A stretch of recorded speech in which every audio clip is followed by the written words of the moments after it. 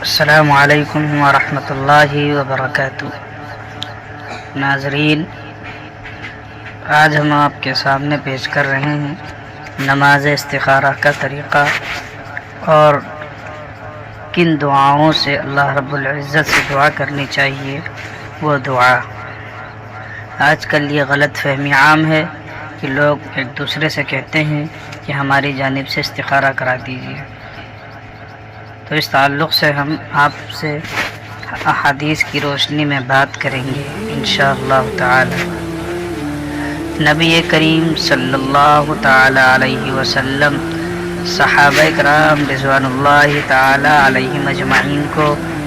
نماز استخارہ کا طریقہ اس اہتمام سے تعلیم فرماتے تھے جیسے قرآن کریم کی صورت یا آیت،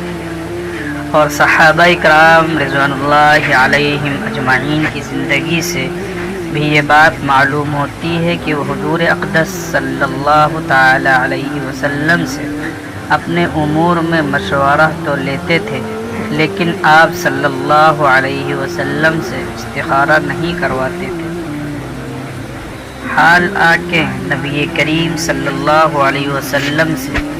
مقدس و برگزیدہ کوئی فرد بشر نہیں ہو سکتا، نیز اس وقت وحی بھی نازل ہوتی تھی جس کی روشنی میں خیر و شر یقینی طور پر معلوم ہو سکتا تھا، لیکن نبی کریم صلی اللہ علیہ وسلم نے صحابہ اکرام رضوان اللہ علیہم اجمعین کے واسطے سے آنے والی اپنی پوری امت کی تربیت اس نہج میں فرمائی کہ ہر فرد امت اللہ تعالیٰ سے خود تعلق قائم کرے اور مہربان رب سے ہر شخص اپنی حاجت مانگنے کے ساتھ خود ہی خیر کا خواستگار ہو۔ بہرحال ذیل میں آپ کی سہولت کے لیے استخارے کا طریقہ درج کیا جاتا ہے، اس کے مطابق آپ خود اپنی حاجت کے لیے استخارہ کر سکتے ہیں۔ استخارہ کا مسنون طریقہ یہ ہے کہ دن رات میں کسی بھی وقت بشرطے کہ وہ نفل کی ادائیگی کا مکروہ وقت نہ ہو 2 رکعت نفل استخارہ کی نیت سے پڑھوں۔ نیت یہ ہو کہ میرے سامنے یہ معاملہ یا مسئلہ ہے، اس میں جو راستہ میرے حق میں بہتر ہو اللہ تعالیٰ اس کا فیصلہ فرما دے۔ سلام پھیر کر نماز کے بعد استخارہ کی مسنون دعا مانگیں جو حضور صلی اللہ علیہ وسلم نے تلقین فرمائی ہے۔ استخارہ کی مسنون دعا یہ ہے: اللہم انی استخیرک بعلمک واستقدرک بقدرتک واسألک من فضلک العظیم فإنک تقدر ولا اقدر وتعلم ولا اعلم وانت علام الغیوب۔ اللهم إن كنت تعلم أن هذا الأمر خير لي في ديني ومعاشي وعاقبة أمري وعاجله وآجله فاقدره لي ويسره لي ثم بارك لي فيه، وإن كنت تعلم أن هذا الأمر شر لي في ديني ومعاشي وعاقبة أمري وعاجله وآجله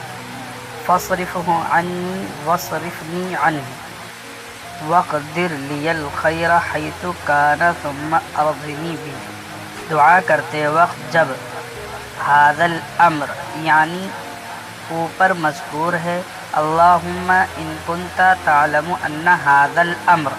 تو جب اس هذا الامر پر پہنچیں تو اگر عربی جانتے ہیں تو اس جگہ اپنی حاجت کا تذکرہ کریں،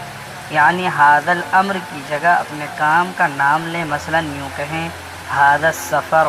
یا هذا النکاح یا هذه التجارہ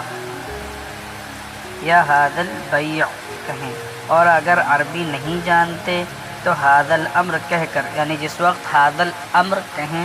اس وقت دل میں اپنے اس کام کے بارے میں سوچیں جس کام کے لیے استخارہ کر رہے ہیں،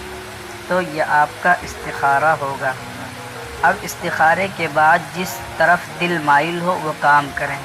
مثلا آپ نے کام کے تعلق سے ایک استخارہ کیا اس میں آپ کا دل اس جانب مطمئن ہے کہ میں یہ کام کروں تو آپ اس کام کو کر گزریں۔ اگر ایک دفعہ میں قلبی اطمینان حاصل نہ ہو تو 7 دن تک یہی عمل دہرائیں، انشاءاللہ خیر ہوگی۔ استخارہ کے لیے کوئی وقت خاص نہیں ہے، البتہ بہتر یہ ہے کہ رات میں سونے سے پہلے جب یکسوئی کا ماحول ہو تو استخارہ کر کے سو جائیں۔ اب یہاں یہ بات اچھی طریقے سے سمجھ لیں کہ بہت سے لوگ یہ سمجھتے ہیں کہ جو ہم استخارہ کر رہے ہیں وہ خواب میں آئے گا، حالانکہ ایسا نہیں ہے، بلکہ اصل بات قلبی رجحان اور اطمینان کا ہے، یعنی اس کام پر اطمینان ہو جائے گا۔